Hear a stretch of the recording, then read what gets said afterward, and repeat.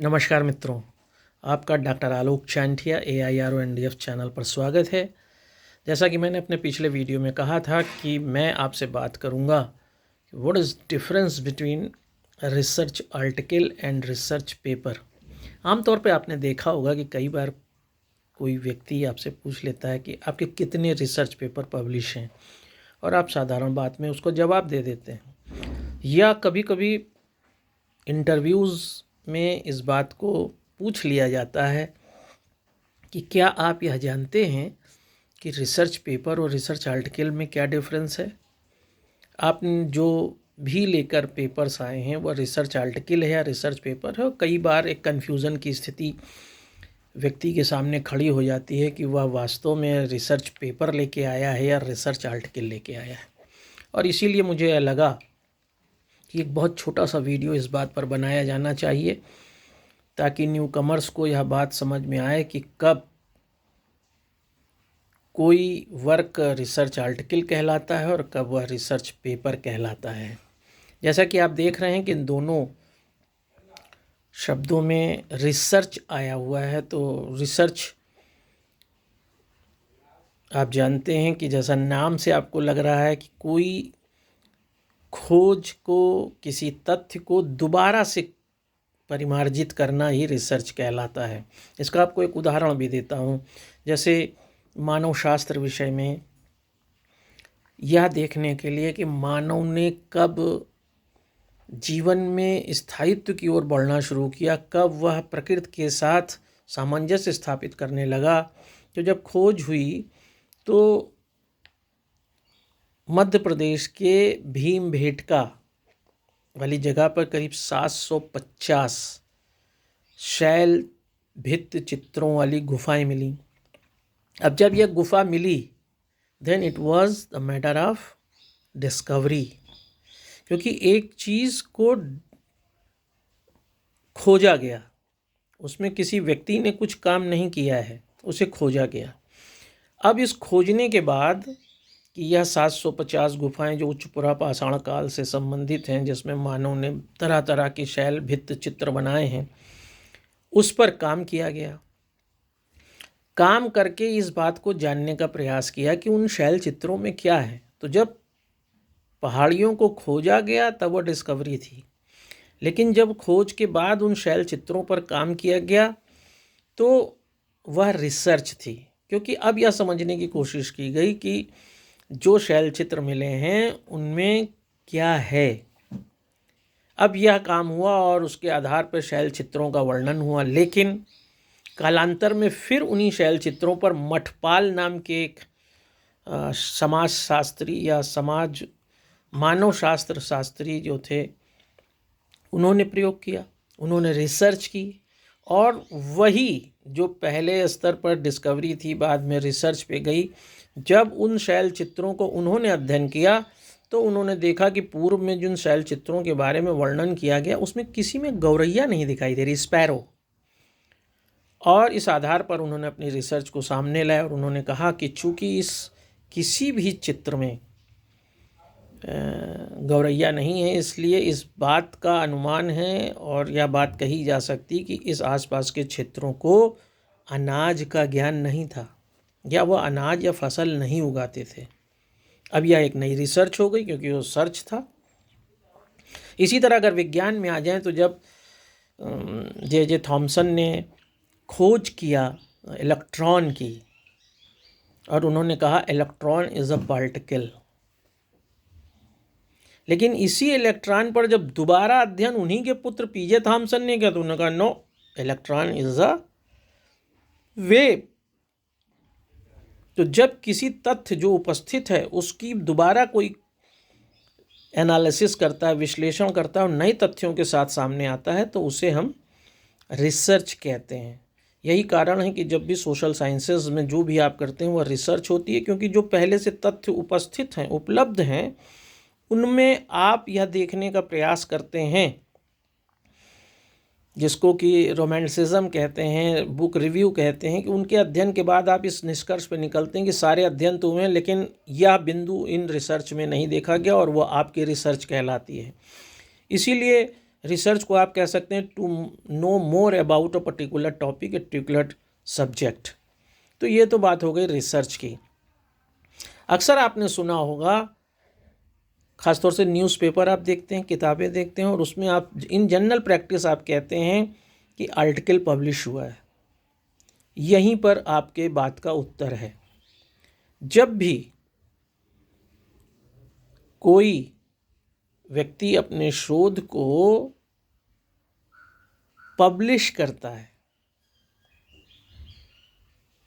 उसमें रेफरेंसेस होंगे। आप जानते हैं कि जब कोई पेपर लिखा जाता है तो उसका अपना एक आउटलाइन होता है, और उसमें जब वह पब्लिश किया जाएगा तो वह रिसर्च आर्टिकल कहलाएगा।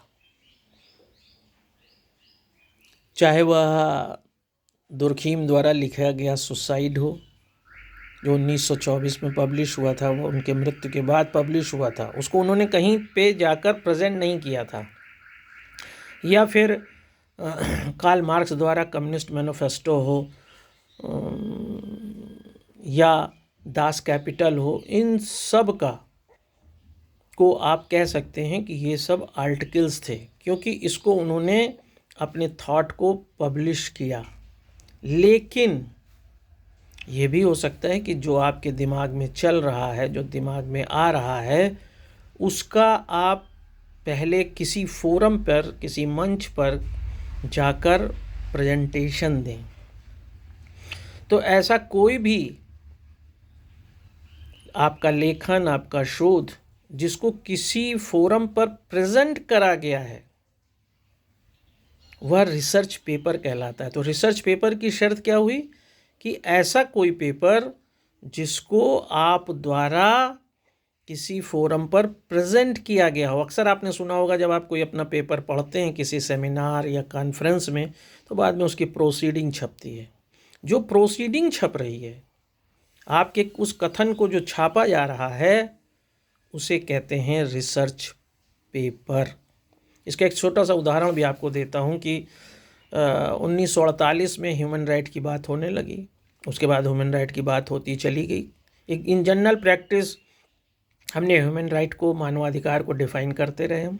लेकिन 1979 में चेक गणराज्य के कानूनविद थे कैरल बासा, बल्कि कैरल वाशा, और उन्होंने फर्स्ट टाइम ही डिस्क्राइब्ड कि mere a definition of human right is not sufficient, it should be characterized। और उन्होंने कहा कि पहली श्रेणी का ह्यूमन राइट होना चाहिए, जिसे आप कह सकते हैं कि ब्लू की ह्यूमन राइट उन्होंने कहा। दूसरे श्रेणी का ह्यूमन राइट उन्होंने कहा, जिसे रेड कहा। तीसरे श्रेणी के ह्यूमन राइट को उन्होंने ग्रीन ह्यूमन राइट कहा। और इस तरह से 3 जनरेशन के ह्यूमन राइट को उन्होंने डिफाइन किया। और फर्स्ट में आप जानते हैं सिविल और पॉलिटिकल राइट आया। दूसरे जनरेशन के राइट्स में जब बात हुई तो कल्चरल, इकोनॉमी को शामिल किया गया। फिर ग्रीन रिवॉल्यूशन जो हुआ, ग्रीन एनवायरनमेंट की जब बात होने लगी, सेल्फ डिटर्मिनेशन की बात होने लगी, वोटिंग राइट की, उसे थर्ड जनरेशन ह्यूमन राइट कहा गया।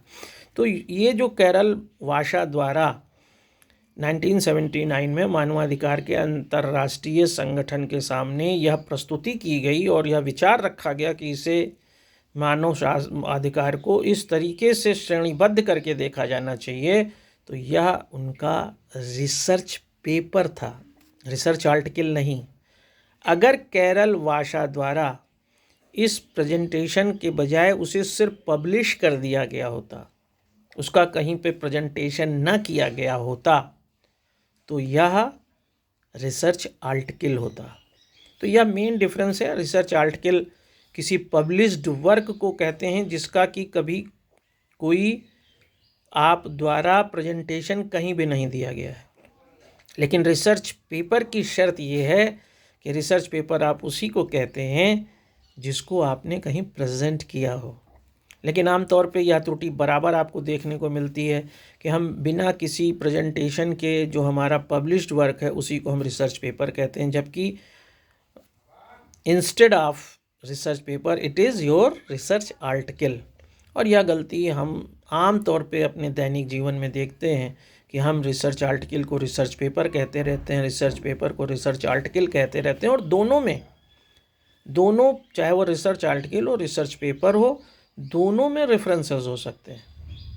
बस एक मूलभूत जो अंतर होगा, एक पब्लिश्ड वर्क होगा और एक प्रेजेंटेड वर्क होगा। और जब भी आगे से आपसे कोई पूछे कि is it your research work or research article, then you should create a clear cut differentiation in your mind कि whether it is published or not, whether it is presented or not। अगर presented है तो आप कहिए मेरा research paper है, अगर published ही केवल है तो कहिए रिसर्च आर्टिकल है। कई बार ऐसा भी हो सकता है कि जो आपका पेपर पब्लिश्ड है उसको आपने प्रेजेंट भी किया है, तो जब प्रेजेंटेशन आ जाएगा then it will become research paper. लेकिन अगर ये प्रेजेंट नहीं कहीं किया है तो जितना भी आपका पब्लिश्ड वर्क है वह सब रिसर्च आर्टिकल होगा। और मुझे लगता है कि यह छोटी सी बात आपको इस त्रुटि को सही करने में बहुत मदद करेगी कि कब आप अपने करे गए शोध को रिसर्च आर्टिकल कहें और कब उसे रिसर्च पेपर कहें। अगर यह बात आपको समझ में आती है तो इसे दूर तक ले जाइए, ताकि यह त्रुटि ज़्यादातर लोगों को एक क्लियरिटी देते हुए आगे से भविष्य में रिसर्च आर्टिकल और रिसर्च पेपर के बीच के अंतर को स्पष्ट कर सके। ऐसे ही किसी अच्छे विषय पर, ख़ास तौर से व्हाट इज़ ह्यूमन राइट, मैं अपने अगले वीडियो में आपके साथ होऊंगा। तब तक नमस्कार।